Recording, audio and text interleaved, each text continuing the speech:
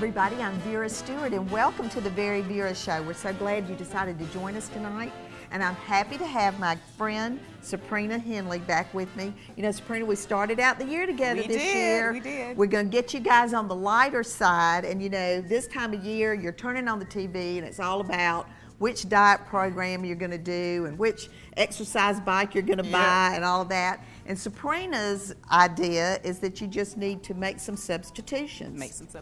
In your diet. So that's the road that we're traveling tonight, and she's going to join me several more times in the near future to do that sort of thing with you, so you can make some comparisons to some of the foods that you really love and maybe entice you to try one of these delicious recipes on a way to make it a little bit lighter. Excellent. So what have you got in store for us tonight? Okay, so first we're going to be starting with the garlic roast red potatoes.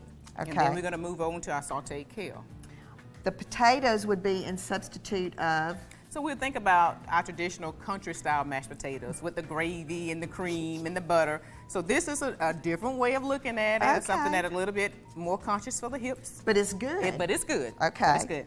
And then the kale would be to substitute? We would think about collard greens. We're in the South. Southern style. Yes, and it's seasoned with fat back and the pork and things like that. And so we're minimizing those different seasonings, but the kale has such good qualities to it. I think everybody will want to take a part of it. Well, I think this looks great. So let's get started with the potato dish first. Okay, so we're going to start off with, I've already quartered the potatoes, and this is about a pound of the red potatoes, and we're just going to place them here in the baking dish. Okay, and you sprayed the pan ahead of time. Right, I sprayed it, the pan ahead of time. Okay, then I wanted to give a quick note that when you cut these potatoes ahead of time, if you'll fill that bowl up with water, which she did, that's going to keep them from turning brown until you're ready to use them. And she just drained that water off real quickly. Okay, and so what you're going to do is you're going to be mixing in, instead of using butter, I used a Bromell's yogurt spread, and that's about 2 tablespoons. Okay. And that can be found in the dairy case at Fresh Market. It can. Perfect. And this is minced garlic. All right. Okay, and that is lemon juice there. And that's about a half of a lemon squeeze. Oh, perfect. And that is your salt that you're going to add. And that's about a teaspoon? About a teaspoon of salt. Okay. And you're going to mix that together, and you're just going to pour it over the potatoes. Oh, wow. Okay, so there's enough salt and all of that, and if they wanted to add any like additional pepper, is that something you they can can make do? it suitable to your palate. Okay. So you just pour that right over. And the best thing about this recipe is it's simple. Anybody can do this. And so okay, this is going to go in a, what, 350-degree oven? 350-degree oven. We're going to bake it for 30 minutes. We're going to cover it. Okay. And put it in the oven. All right, I've got some aluminum foil right now, and why don't we get started on the kale? Okay, so here, I started off with about 1.5 pounds of kale, and I've already sauteed it down. Okay, so what you did there was you had a little bit of olive oil in the pan, and you got that good and hot. And then when you started putting that kale in, it was just overflowing the pot. And so this is 1.5 pounds of kale reduced down now, so you see it's not that much. And you basically tossed it with your spoons as it was cooking. And let it, basically what you're doing is looking for that bright green color. Okay. Okay. And that's about what we've got right now. That's what we have right now. It's crazy how much kale was in there to begin with. Turn this back on. Okay, so this is our digital electric range, which you almost have to take a class in that. Yes. Suprina, before you start cooking with me on the show. So what I'm going to do here is add a 1/2 cup of water here. And then I'm just going to push the kale aside a little bit. Oh, okay. And make some room for the olive oil. That's about a tablespoon of olive oil? About a tablespoon of olive oil. And basically what we're going to do is looking for that fragrance of this garlic cooking and the red peppers. Oh. I've actually been using a little bit more of the red pepper myself. And you know, that takes on a whole new, it actually brings whatever it is to life. It's a good addition to any. Okay. And so you're just going to mix this around here for about 12 to 15 minutes.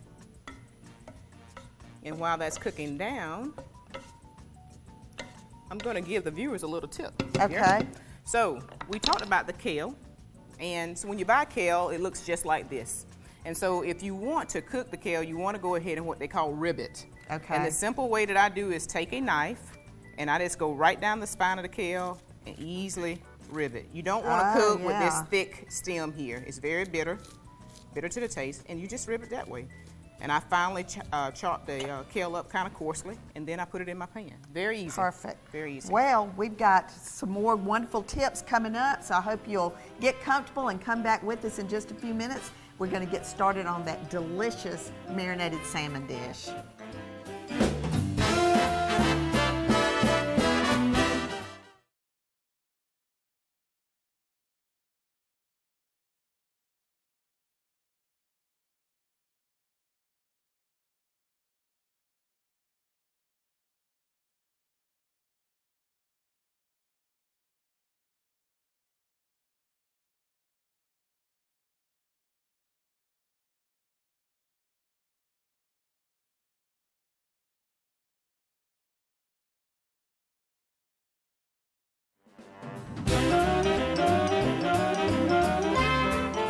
Welcome back, everybody, and if you're just joining us, I've got my good friend Suprina Henley back with us, and Suprina is a nutrition coach and also a fitness coach, and she is helping all of us, me included, learn a little bit more about how to make some lighter choices instead of having that delicious mashed potato. You wouldn't have to even talk about it. It makes my mouth water. I'm sorry. But instead of the mashed potatoes, she's given us a tip on some really greatly seasoned red new potatoes. She's also gotten me away from thinking about those good old collard greens. I'm still going to have them on New Year's. But we're doing kale tonight, and while we were away from the break, what did you finish with the kale? With the kale, what I did is I finished adding the water, and I added the olive oil, and I let that cook down, and then I added that red wine vinegar. And so basically what you can do is just let that simmer, or you can take it and remove it from the heat and heat it up later. Okay, and the red wine vinegar even enhances all that seasoning getting soaked into that kale, so that sounds great. Now we're getting ready to do a delicious salmon dish. Pineapple marinated salmon. That goes in the oven. And so, you know, you're supposed to treat your guest really well when you have them on the show, but she was so busy during the break, she's been quite a busy bee. So what have you got going over there? Okay, so I've started on the marinade. So I've already added the pineapple juice, the soy sauce, and the dry cherry, and we're going to let that reduce down. You don't need to let it boil, just let it reduce down. Okay. And then, so what I'm going to do now is add the light brown sugar. Here we go. Thank you so much. You're so kind. And I'm going to add that, the light brown sugar. Okay, so sherry, you've ended up in the kale, and we're using sherry again in here, and it's just You made the connection. Okay. Yeah, so that's an interesting, you know, kind of a qualification because the sherry's not going to be as high in sodium. Absolutely. Okay. And then here, she made the connection. Here we're adding miso, and miso is basically fermented soybeans. Wow. Yeah, it's fermented soybeans. I've had it in a dressing before, or soup, like a maybe. miso vinaigrette. Yeah. And I really liked it. And basically I'm going to whisk that in. All right, okay, so what I'm going to do is Suprina's been introduced to all the folks at the Fresh Market who I just love, and they were nice enough to cut these for you. Yes. So skin side down, or are they? Okay. Well, they're skinless. They're skinless. Okay. Yes. And so you're going to be adding the freshly ground black pepper to that. Ooh, these are so pretty. And you know, this is in substitution for what that we would have. This is a wiser entree choice than. Well, you know, if you're going to make that intimate dinner for someone special, you know, we think about steaks. That's right. Yeah, you know, and steaks are a little higher in fat. Okay, so salmon is a good choice because number one, it's good in protein. It's a good source of protein. Okay. Salmon has fat, but it's an essential fatty acid. It has omega-3s. So what that means, when you think about heart health, you think about salmon. When you think about good and pretty skin, beautiful skin, you think about salmon. You think about salmon. So this is a good alternative instead of having that steak, and then the calories are just a little bit lower. Okay. But then, so you're covering all your bases. Great. With the salmon. All right, so then the other nice thing about this is that you're going to pour the marinade on this. Yes.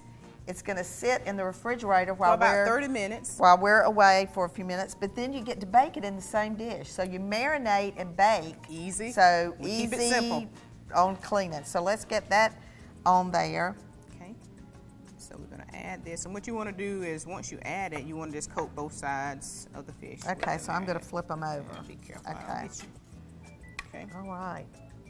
Okay, and can this marinate for longer than 30 minutes? Say if I wanted to do this in the morning and I'm gone all day, be ready to cook that night when I get home? Absolutely. Okay. It just enriches the flavor, and also this is a good dish to do on the grill. Oh. I mean, even though it's cold outside right now, right. you can do this on the grill, and it really prepares well. Okay. All right, well, we're going to let this soak in the refrigerator for a few minutes, and when we come back from the break, I can't wait. We're making a chocolate protein cake. Y'all, it's good for you. It is. So come back with us in just a few minutes. Tonight we have an etiquette tip for your dishwasher. Who would ever think that you need to clean your dishwasher when obviously you're putting your dishes in there for the dishwasher to clean them? But it is important from time to time to run a cleaning cycle in your dishwasher. Make sure you're taking care of the corners and the crevices. But let me give you this tip as far as making it smell fresh and be able to clean that much better. I'm going to put a half a cup of white vinegar into the dispenser that you generally put the liquid that makes the glass sparkle. So that goes in that dispenser. And then where you usually put your detergent, you can either use a tablespoon of Comet or any sort of powdered bleach, a tablespoon of lemon Kool-Aid, or a tablespoon of Tang. This way you're going to get that nice citrus going through. So just remember from time to time to clean that dishwasher so it'll do the best cleaning for you.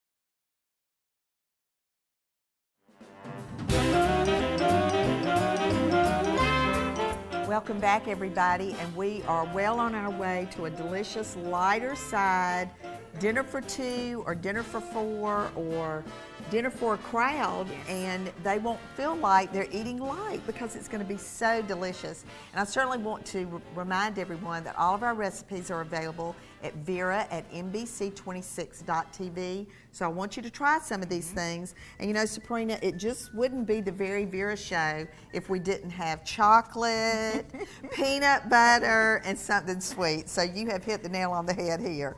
Okay. So what are we making? We're making a protein chocolate cake. Okay. Okay. So what we're going to start with is, this is 1 cup of unsweetened vanilla almond milk. Okay. So you can choose to use the regular or the unflavored if you want to. And it doesn't have to be unsweetened. But Oh, and I love almond with chocolate too. And this is steel cut oats, and what I did is I pre-soaked these because you can choose to use them without them being pre-soaked, but what happens is it gives it a little bit of a crunch. Okay. And I like the texture, but some people don't, so that's a little bit of a tip. So what'd you soak them in? Just water. Okay. Just water. And all the water's been absorbed. All pretty the water's much. pretty Okay. much. Whoops. Okay. Gosh, so it's got oatmeal in it too. It's getting more. Fiber. Yes. And this is 2 egg whites. Just pour those right in. And we have Gosh, how applesauce. easy this is to mix easy. up. This is easy. This is unsweetened applesauce.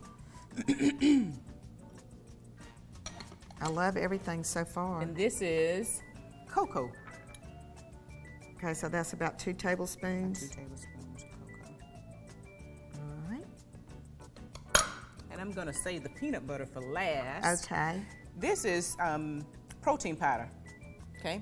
And so everybody's familiar pretty much with protein powder, but this is casein protein powder. I have cooked with this many, many times, and casein protein powder versus whey protein powder, when you cook with it, your recipe is going to be a lot more moisture, and it's going to be more moisture in the recipe. And so where I purchased mine from is going to be on the screen, and you'll be able to see exactly what I use, and this has been tried and proven, so it tastes great. This is chocolate. Okay. All right. So you're recommending the website that we just showed to get the protein powder to use if you're baking with If you're it, baking as with it. opposed to using it in a shake. Okay. And so what we're gonna do is just mix in. You wanna just dump that in for me? Okay, and this is the freshly ground peanut butter. Smells I love good. to do this at the fresh market because they have the little machine and the peanuts, and you know, it just smells so good, and it almost feels like you had something to do with the process because you do it yourself. So this is easy. So the kids can get involved with this. Well, speaking of kids, that's real important. When I heard, you know, when you submitted this recipe to me to do, I thought, all of this is so good for a child. And it's a cake, and it's going to look like a cake. Do they actually like it? They love it. And they have no idea They that love it's it. good for Have them. no idea. Okay, moms out there in TV land, you need to remember this recipe because, you know, we're making one round layer Right. that you could do double this recipe if you can. wanted to do like a larger sheet cake, if you were doing it maybe for school. Brownies. Brownies, cut it into squares. I do always like to recommend that if you wanted to leave the peanut butter out of that, you could, correct? For allergies and things like that. Yeah, you can. because we have to pay attention to that, of course, with our cooking school. So Wow. basically what we did, we sprayed our pan and we just poured in. And the biggest thing about this recipe, you